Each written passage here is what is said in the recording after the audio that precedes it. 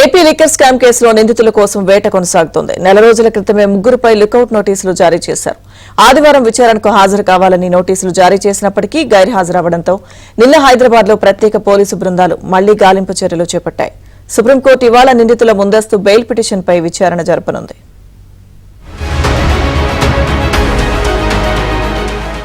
YCP హయాంలో జరిగిన మద్యం కుంభకోణంపై సిట్ దర్యాప్తు ముమ్మరమైంది. కేసు దర్యాప్తులో కీలకమని భావిస్తున్న ముగ్గురు నిందితులు ధనంజయ రెడ్డి, కృష్ణమోహన్ రెడ్డి, గోవిందప్ప బాలాజీ పరారీలో ఉన్నారు. వీరి కోసం ప్రత్యేక పోలీసు బృందాలు గాలిస్తున్నాయి. అమెరికా నుంచి తిరిగి వచ్చిన SIT chief Vijayawada police commissioner Rajasekhar Babu సోమవారం పరిస్థితి సమీక్షించారు. ఈ ముగ్గురు నిందితుల బంధువులు, స్నేహితులు, భాగస్వాముల ఇళ్లపై ఇప్పటికే సిట్ దాడులు నిర్వహించింది. చివరకు ఎటువంటి ఆధారాలు దొరక్కపోవడంతో ఆదివారం విచారణకు రావాలని నోటీసులు ఇచ్చారు. అయినప్పటికీ స్పందన రాలేదు. వీరు ముగ్గురు హైదరాబాద్ లోనే ఉన్నారని సిట్ కు సమాచారం అందింది. అంతేకాదు 15 రోజుల క్రితం ఇందులో 2 నిందితులు బెంగళూరు వెళ్లి వచ్చినట్లు సిట్ కు విశ్వసనీయ సమాచారం అందింది.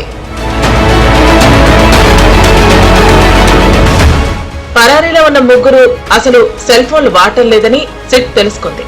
గతంలో నక్సల్స్ మాదిరిగా కొరియర్ సిస్టమ్ ను ఉపయోగిస్తున్నారని తేలింది. గత 4 నెలలుగా వీరు ముగ్గురి మొబైల్ కాల్ డేటాను సిట్ బృందం తెప్పించుకుంది. వీళ్ళు ముగ్గురు రోజు ఎవరితో మాట్లాడారనే అంశంపై ఆరా తీశారు. ఎక్కువ కాల్స్ ఎవరికి ఉన్నాయో తీసి పరిశీలిస్తున్నారు. ఒక్కొక్కరు 2-3 మొబైల్స్ ను ఉపయోగించారని తెలిసింది. ఎక్కువ కాల్స్ మాట్లాడిన వారి వద్ద నుంచి వీరి సమాచారం సేకరించేందుకు ప్రయత్నిస్తున్నారు.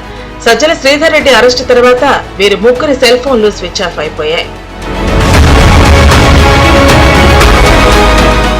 హైకోర్టులో వీరి ముగ్గురు ముందస్తు బెయిల్ కోసం వేసిన పిటిషన్ ను కోర్టు కొట్టివేసింది. మధ్యంతర రక్షణ కల్పించేందుకు సుప్రీంకోర్టు నిరాకరించింది.